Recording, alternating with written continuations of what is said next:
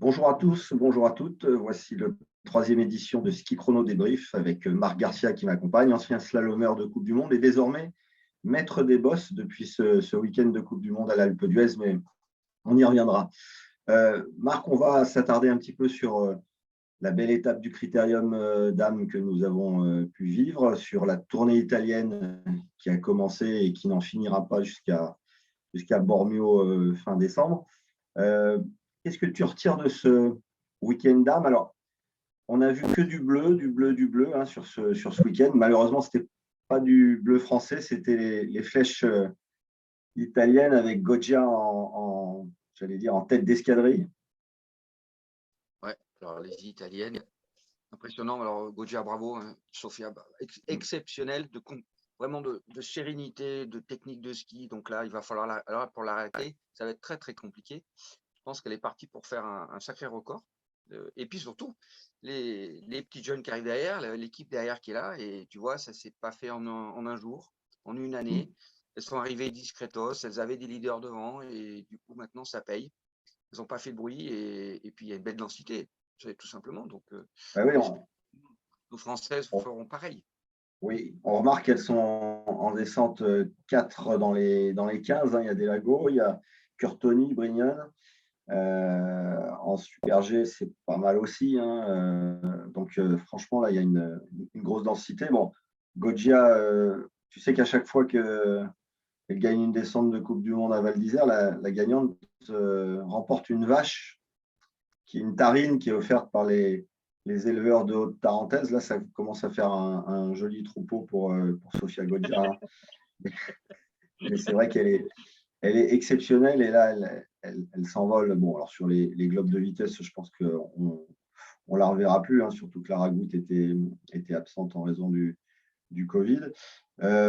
Chez les Françaises, on peut parler de satisfaction. Alors, bien sûr, il n'y a pas de podium, bien sûr, mais en revanche, voilà, Miradoli poursuit j'allais dire, son retour. Laura Gaucher en descente fait 14, c'est son meilleur résultat égalé en Coupe du Monde. En Super G, bon, je l'ai dit, donc Miradoli 10, et puis surtout Camille Cherouti, 11e, la jeune skieuse de Risoul, hein, un club qui est cher à ton cœur, puisque c'est ta sœur Paul qui est présidente. On la salue. Hein, à Risoul, ça a dû être une belle émotion.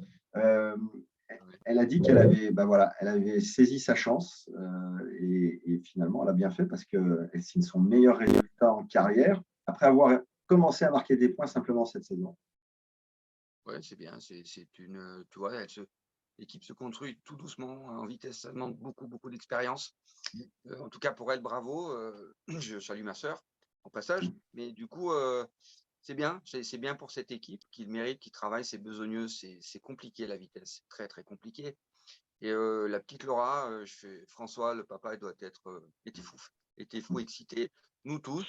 Donc maintenant, elles doivent continuer sur ce chemin-là, évidemment, et puis en espérant que ça va pouvoir rentrer dans les 10 un peu plus régulièrement. Ceci étant, comme tu l'as dit, avec l'armada italienne, ça va pas être simple non plus, mais c'est bien, c'est bien. Il y a tous les éléments pour avoir une magnifique satisfaction pour nous tous. Alors, tu le dis, il faut être patient, hein, on l'est, mais là, on sent quand même que ça construit entre 10 et 15 au top 15 mondial. Ça commence à être solide, régulier. Ça veut dire qu'elles connaissent un peu plus les pistes et puis qu'elles vont prendre confiance. On sent le groupe beaucoup plus épanoui par rapport aux saisons précédentes. Hein. C'est les résultats qui font tout. Mais on sent qu'il y a une osmose et que ça peut, voilà, ça a l'air partagé. Donc, c'est plutôt positif. C'est vrai, c'est positif. Et encore une fois, je mets toujours l'accent sur le matériel. On en parlera aussi avec les garçons. Mais en descente, et spécifiquement chez les filles, elles ont chacune trouvé un petit peu leur marque dans les marques. Et donc, elles ont travaillé, elles continuent avec leurs techniciens. Et ça aussi, c'est le backstage, comme on dit, et qui est très, très, très compliqué à gérer en vitesse. Et là, elles commencent apparemment à trouver un petit peu tous les ingrédients et qui font qu'elles progressent tout doucement. Donc, allez, on est derrière, on est évidemment derrière elles et on regarde ça de près. On bascule chez les hommes, hein, avec la célèbre tournée italienne, l'enchaînement Val Gardena, Alta Badia, Madonna et Bormio. Hein. autant de belles stations. On est un peu sur notre fin là, sur les résultats des Français. Alors bon, en vitesse, on ne s'attendait pas à de miracle, hein, même si on peut quand même saluer la belle 6e place de Johan Claret en descente, hein, sur une descente dominée par des outsiders, hein, victoire de Bryce Bennett, sa première victoire, premier podium, hein, le géant américain, 2,01 m sous la toise, hein, une descente de glisseur, une descente de roller. Hein, on ferait bien un ski cross sur cette sas longue, hein, de temps en temps. Oui, cette descente de Val Gardena qui est toujours un casse-tête chinois, je dirais presque, pas un casse-tête italien pour les descendeurs, parce que souvent, c'est les conditions de neige, les conditions atmosphériques, la luminosité qui joue beaucoup, et souvent, il y a aussi un facteur, on va dire, chance sur les dossards, sur les choix de dossards. Là. On a vu qu'ils ont tous des petits dossards, hein, Bennett le 10, Stringinger l'Autrichien le 1, et puis Interman le Suisse le 6. Donc, il fallait vraiment avoir un petit dossard. Oui, ça c'est vrai. Ça c'est la meilleure analyse qu'on peut faire. Quand il y en a un qui rentre, tu dis bon, c'est normal. Quand tu commences à avoir 3-4, c'est effectivement un facteur de piste et de qualité de neige qui a fait qu'ils en ont profité de leur dossard. Bon, tant mieux. En tout cas, Yo est toujours là, notre vétéran. Ouais. Bravo à lui. Avant les classiques, de janvier, il y aura Bormio, la cerise sur le gâteau. Hein. Mais les classiques de janvier, oui, on attend Yo, hein, pour cette bête enfilade qui mènera jusqu'à Pékin. En Super G, Kill 2 remporte une 3e victoire de suite en vitesse. C'est quand même, il est là. Hein, il a préféré se ménager pour les géants, hein, d'Alta Badia, hein, qui ne fait pas. Il est assez intelligent dans la gestion de son retour de blessure. Il gagne en Super G, il sort en descente, mais il est très, très, très, très présent. Et puis, on en vient à ce géant d'Alta Badia. Hein. On avait un feu d'artifice pour lancer l'épreuve avec Pinturo Dossard 1, Mathieu Fèvre Dossard 2. Mathieu a réalisé une première manche de tout premier plan, hein, signant le meilleur temps devant Odermatt, qui est actuellement la référence. Et puis derrière, tout s'est un peu écroulé. Pinturo, qui avait fait 9 de la première, recule à la 15e place, et Mathieu sera totalement pour terminer 16e. On analyse. Alors, les techniciens comme ça, les géantistes, les analyses, elles ne sont pas toujours faciles, elles sont pas toujours. Alors, moi, j'ai pas eu le retour d'information des techniciens ou des coachs, mais en tout cas, regardez la télévision. Les qualités de neige, encore une fois, étaient encore différentes de ce qu'ils ont pu faire à l'entraînement. Et là, du coup, encore une fois, le choix de matériel. Bon, Mathieu apparemment avait un souci plutôt mental et sur ses choix de courbe et de trajectoire sur la deuxième manche, puisqu'on a vu qu'il a carrément, pour moi, je dirais explosé. Et sans peut-être s'en rendre compte, c'est ça le haut niveau aussi. Quant à Pintu, la question, te trouver une réponse, c'est pas simple. Je pense que c'est un problème de matériel. Il en avait eu dans le choix de son matériel en slalom, il l'avait dit à Val d'Isère. Là, tu penses que ça peut être un choix de matériel? Alors, il partait d'Ossarin, donc c'est vrai que c'est toujours un peu délicat, hein, parce qu'on est là un peu comme les ouvreurs, mais bon, il a de l'expérience, hein, ce garçon. Donc, et on a vu que Fèvre en Dossard 2 a cassé quand même a bien cassé la manche avec Odermatt. Donc, il y a autre chose, il y a quelque chose, un problème de confiance, de matériel aussi, tu penses? Il y a un peu tout, parce que tu sais, même s'ils sont sur la même marque, hein, parce qu'ils sont, pour pas de citer, ils sont sur la marque Ed, ils sont sur la même marque. Après, ils n'ont pas les mêmes skis. Hein. Exactement, ils n'ont pas les mêmes choix de longueur de ski. Mathieu a un ski un peu plus long, ils ont des codes différentes, et après, chacun ça. C'est comme en Formule 1, les voitures ont une adaptation spécifique à chaque athlète, et c'est pareil en ski.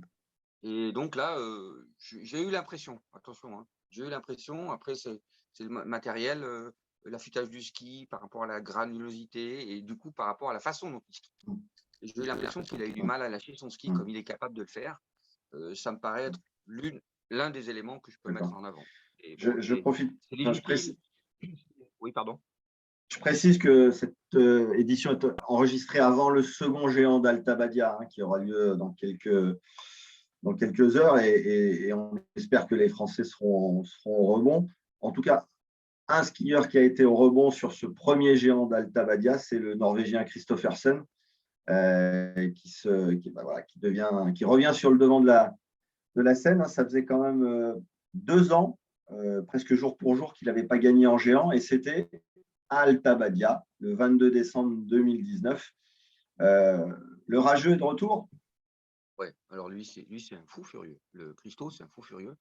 Parce qu'effectivement, 2 ans, et on pourrait dire que 2 ans avec pas mal de contre-performances malgré tout Ouais. pour lui, à son niveau, faut être clair. Et de revenir comme ça, c'est quand même impressionnant. Une force de caractère hors du commun, évidemment. C'est un type qu'on n'attendait pas comme ça d'ailleurs, on l'attendait pas comme ça. Mais bon, en tout cas, bravo à lui. Moi, j'ai eu quelques infos aussi avec notre ami Yul. En tout cas, pareil, lui, ça a été un choix de ski, des skis qui arrivent récemment dessus, sur lesquels Yul a travaillé très très longtemps en secret avec des. Et donc, encore une fois, pour lui, ça a payé. Et du coup, il claque un beau retour, une belle victoire. Bravo à lui, parce qu'il faut avoir le moral pour revenir comme ça. Quel tueur! On a une grosse pensée pour Yul. On salue, qui a fait du gros boulot avec Christo pendant 7 ans. Donc, voilà, on pense fort à lui. On va basculer, changer de massif, quitter l'Italie pour aller revenir en France, c'était le gros week-end des Coupes du Monde en France. Donc, il y avait le deuxième volet féminin au Critérium à Val d'Isère. Il y avait en même temps le biathlon Grand Bornand, avec près de 70 000 spectateurs payants qui sont venus dans ce joli village des Aravis. Et puis de l'autre côté, plus au sud, en Oisan, il y avait le retour de la Coupe du Monde de boss. C'était au cœur du poulet, puisque tu participais avec Fabien Bertrand et toute l'équipe de la SATA, des moniteurs, à l'élaboration, à l'édification de ce mur de boss qui a fait trembler tous les meilleurs bosseurs du monde, qui ne s'attendaient pas à un mur aussi vertigineux.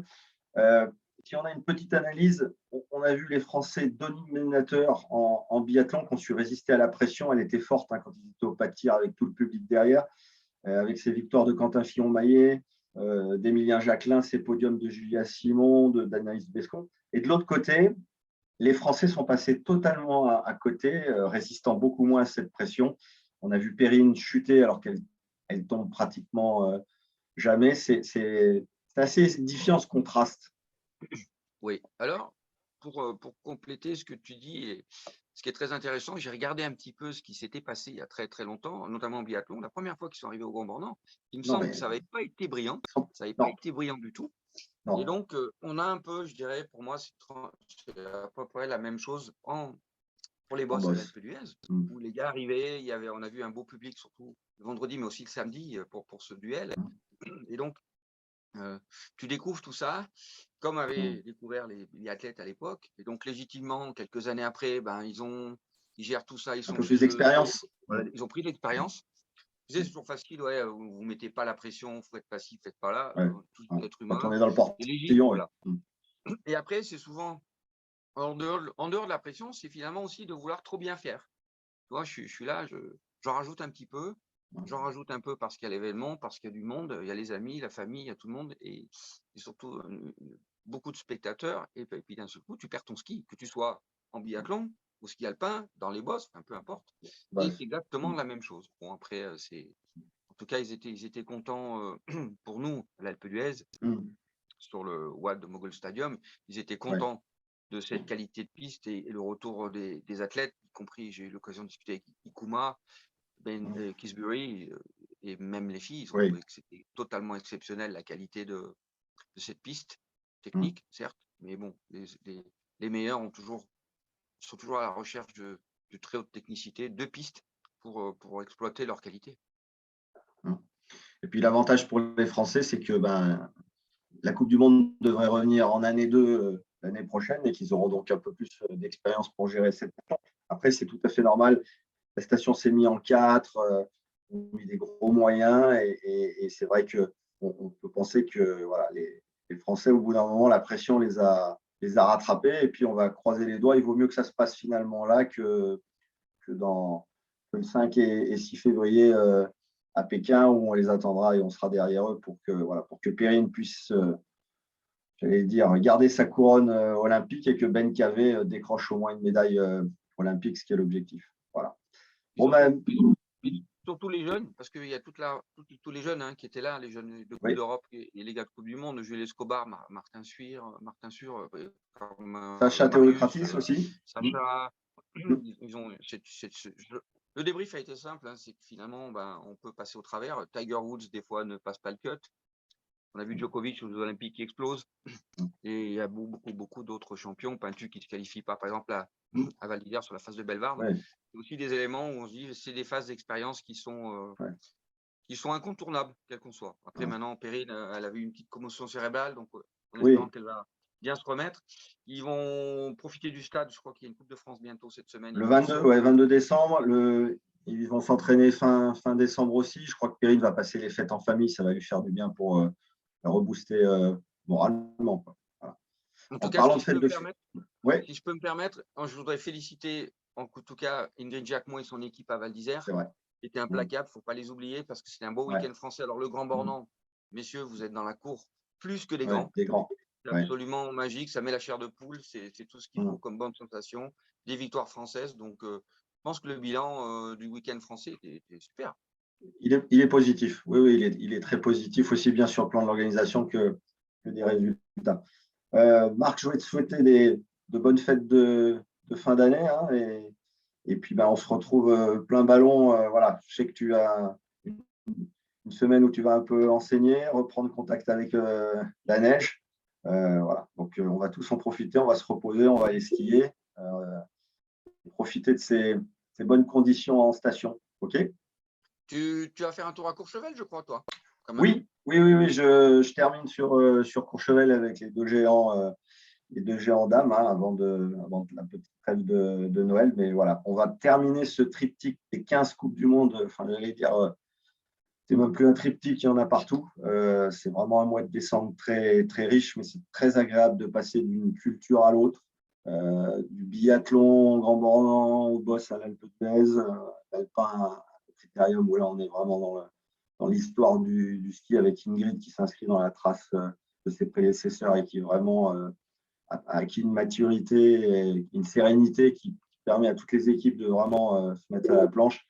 Et donc là, on termine par Courchevel, feu d'artifice avec, j'espère, Tessa Worley, de retour sur le podium. Bon, bonne semaine.